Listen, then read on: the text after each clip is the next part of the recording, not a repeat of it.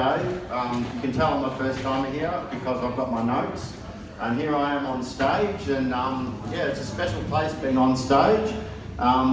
You know, if I was a rock and roller, I could do a stage dive, but I'm not. I'm up here doing comedy. I think the greatest thing that happens to someone on stage is Tom Jones. The girls will throw their panties at him. But ladies, you can keep your knickers on. I'm actually on Centrelink, and I'd prefer it if you threw coins.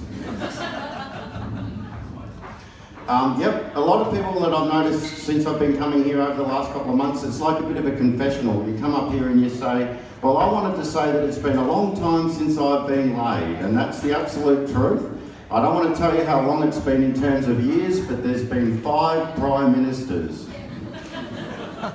I'm a bit worried that if I actually do have sex and ejaculate, sand is going to come out the end of it. And I've worked out why I can't get laid, and it's because during a quit smoking attempt a few years ago, I decided to put the 6 beers I was drinking a night away, and I managed to quit drinking beer, but I'm still smoking cigarettes. But I've had a few beers tonight, you know, because I'm trying to eradicate my celibacy. But I've worked out that trying to get laid without drinking for a man is like trying to climb Mount Everest without oxygen. There's been one man successful and dozens have died in the attempt.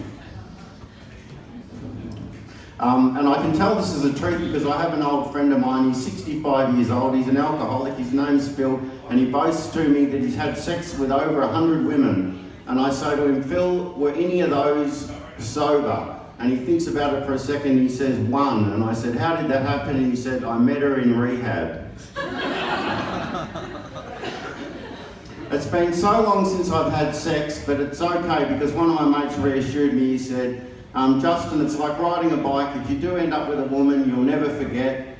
It's like riding a bike. So with that in mind, I went to the doctor and I've had a miniature set of training wheels surgically attached to my balls. And I'm ready to go. One thing I did actually, this isn't my first attempt at this, I did a stand-up comedy course called The School of Hard Knock Knocks, and one thing you never let, when you're telling a joke, you never let the truth get in the way of a good story. I was going to come up here and talk about the time that my grandma caught me masturbating. But I think it's actually funnier if I tell you about the time I caught my grandma masturbating. You see, that's not the truth, but it's a funnier story. It's Christmas time nearly. You're going to notice the Santas. I was in the city the other day and they were playing Christmas carols and stuff. And yeah, I was shopping for my Christmas presents, as you do in the sex shop. And I came across the gift for the woman that has absolutely everything. A fisting dildo. And I was thinking, yeah, I think that might do for Grandma.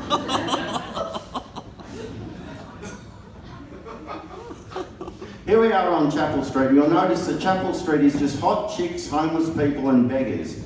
I live locally and on the way here it's like, mate, you got a spare coin? You got a spare smoke? You know, with the price of cigarettes these days, you'd have to be Donald bloody Trump to give away coins or smokes. But you realise if you give these people money, it's either going to go to the local meth dealer, it's going to go on cigarettes, it's going to go in Dan Murphy's, or it'll go in the court jester poker machines over the road. That's where it goes, because I know some of them. And it got me thinking that I'm a gambler, as well as an alcoholic, smoker, drinker, you know this, meth addict, everything. But it got me thinking that there's a big difference between gambling on the horses and there is on gambling on the poker machines. With the horses, there's like a cup day, it's a public holiday, but there's no pokies public holiday. There isn't the poker machine that stopped the nation.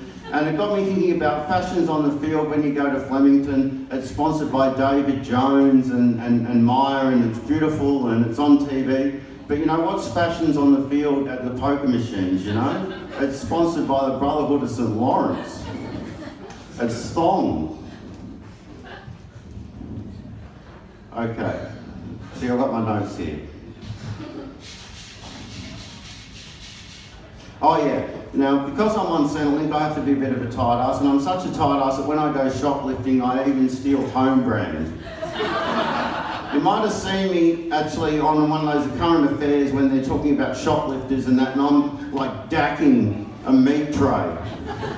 And it's grainy CCTV footage.